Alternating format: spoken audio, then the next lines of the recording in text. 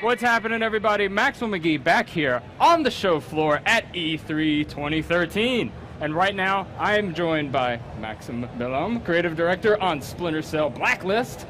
And together, we're going to be taking a look at the game. Maxim, thank you for being on the show. Thanks for starting off. There you go. Very important part of the cool. process. I'm here. All right, cool. Thanks for having me.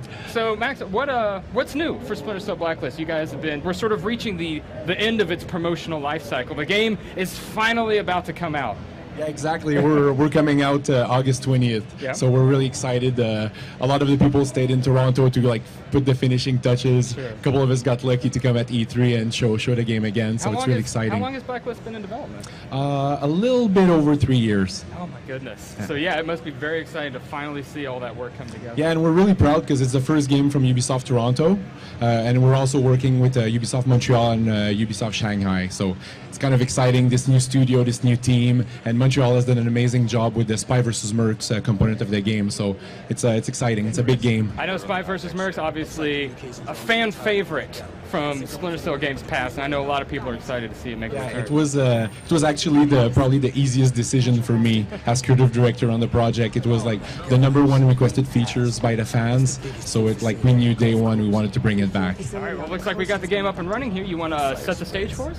Yeah, so this is a mission that happens a lot later at the end of the game, where the engineers have attacked a liquid natural gas facility, and they've hit it with a Stuxnet-style virus. So all the fire suppressants, security in the refinery are offline. So Sam's going in, and we're fast forwarding a little bit into the mission, and Sam needs to give Charlie, who's the resident hacker of Fort Echelon, access to a terminal to turn back on the fire suppressant system.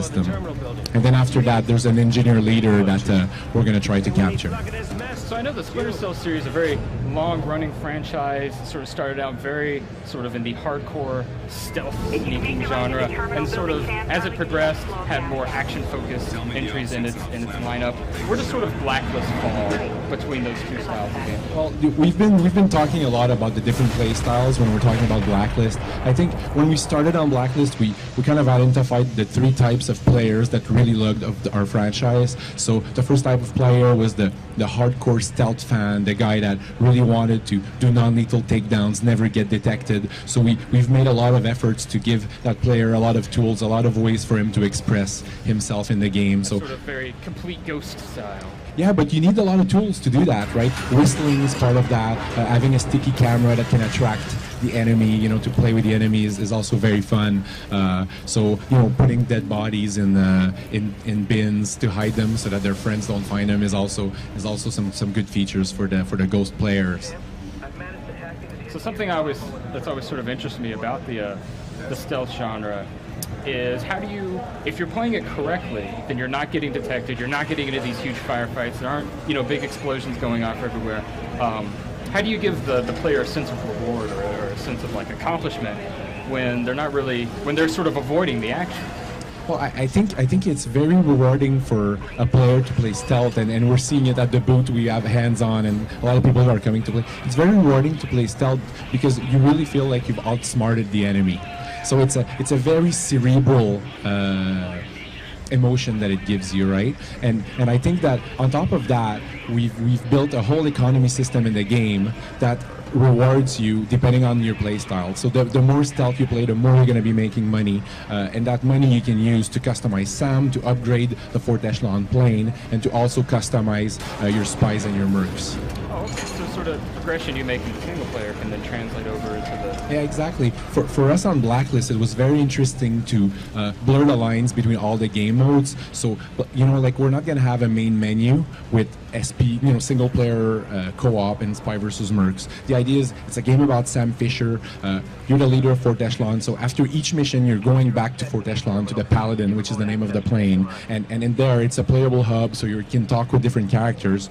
and at the center of the playable hub, there's what we call the SMI, the Strategic Mission Interface. And that's basically a world map that shows you all the content available. So single player maps, co-op maps, Spy versus Mercs, and your friend's presence. So it's really about, jumping in, a co-op game with a friend, coming back to the plane, playing a little bit of solo, coming out, going to play Spy versus Mercs for half an hour, and then the economy system, regardless of where you made that money comes back to Sam, exactly, and then you spend it where you want. So we've kind of been ignoring what Sam's been doing here on the screen. It looks like we've made some serious progress into this level. Catch us up a little bit on what's been happening. So now Chris, who's playing the game for us, has arrived at a place where it's a very fun place to play. It's a nice example of the openness of our levels. So here Chris just arrived, and there's like 4 heavies that are right there. The heavy enemies, they're a lot more lethal. They can't get taken down by the front. You need to get them from behind. And they take a lot of damage. So you're better off avoiding them. So now Chris, I think, is going to take the sticky camera. That's our weapon wheel. He's going to take the sticky camera. He's going to try to. I think he's going to play a bit more Panther. He's been showing Panther. So now sticky camera, change of perspective. He's marking an enemy. These guys are coming down. It's always stressful to play because you never know what's the AI going to do, because our AI is systemic. It's not scripted. So, now the AI went on the right. So Chris is a bit more stressed right now. Play up to the point, get spotted, die, respawn. Even though you're playing through the same area again, the enemies might behave completely different. Exactly. We've been showing this version yesterday and today, and it's always played a little bit different. Sometimes the guys that are playing get killed, so it's fun. At dinner we had some fun teasing the guys that got killed during demos. But Chris is playing pretty well now. He's exploring a little bit. See at the bottom, he's getting $100 for exploration bonus. So again, rewarding the player for playing, for going around, doing things like that. So there's a heavy right there. Obviously, depending on how fast you go, you make more noise. Also, this is footprint tracking, so the thermal vision. Thanks to the economy system, you can customize, you can upgrade the vision mode. So footprint tracking allows you to see the path of the AI, where they've been. So he's going to get that heavy from behind, hopefully not get seen.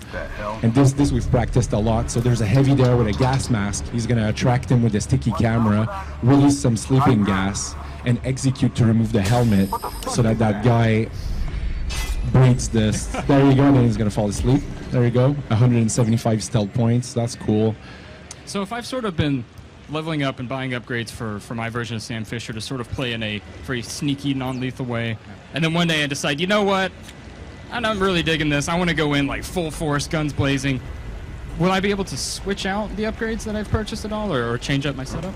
Yeah, and most of our co-op maps are actually playable in solo also. Okay. And some of them are, I guess I would say, grindable a little bit. So, and we also have 4 difficulty modes. We have, rookie, normal, realistic, and our last mode is perfectionist. And the perfectionist, obviously, the harder you play, the more money you're going to make when you succeed. And the perfectionist mode is, the crazy mode where the AI is going to detect you super fast. They're going to take you down super fast. So, stealth is harder, combat is harder, but also we're removing some features to make it even more realistic. So mark and execute's not there anymore. So it's really, for the purists that like to suffer a little bit, they want to be forced to think before they act.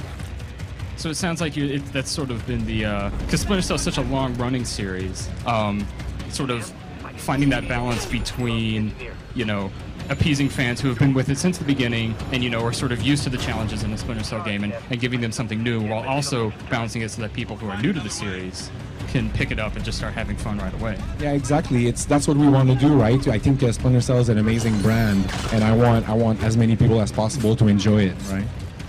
I'd be very curious to see what sort of like the story Bible looks like for Sam Fisher at this point. He's been through so many games, I think some books as well. He's been through all these different adventures. Like, how do you keep track?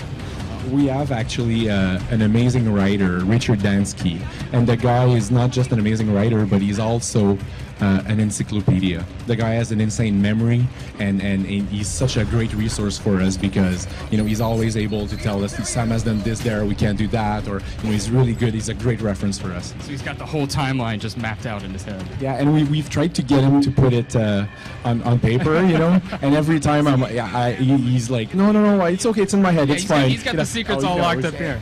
Exactly.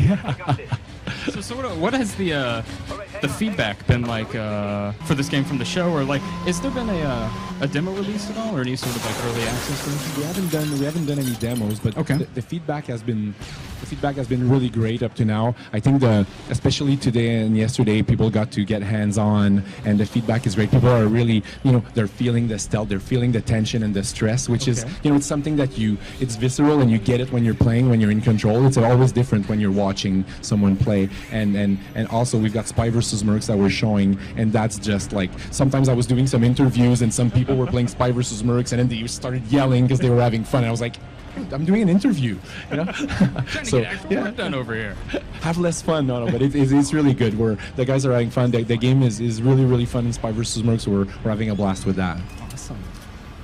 Well, it looks like Sam was successful in his mission. Now we're taking a quick run through of a little sizzle reel here. Talk through a little bit of what we're seeing. So that's basically a mashup of the whole game. We're showing some single player component, showing a little bit of co-op. So that's a couple of co-op sequences in there. Co-op is always so much fun, right? Talking with your friend, and I really like playing the missions where you're not allowed to be detected in co-op, because then you have this pressure to not make your friend be pissed off at you, right? So it's always stressful, and even now when we're playing at work, we're always going like, okay, the one that gets detected gives $1 to the other one, right? So we're just like, you don't want to get detected, so that's a lot of fun, and yeah, so that's the Blacklist. And then that poor guy got it. Took it right in the forehead. So Sam, I think you mentioned August 20th? Yes, exactly. On Xbox 360, PlayStation 3, Wii U, and PC. All right, well that sounds super exciting. Thank you so much for stopping by and talking with us and showing off Splinter Cell Blacklist. Thank you very much. All right, man, and enjoy the rest of the show. Thank you. You too. All right, folks, that's just about going to wrap it up for Splinter Cell Blacklist. We're going to throw it back to the floor for our GameSpot's continuing E3 2013 coverage. Take it away!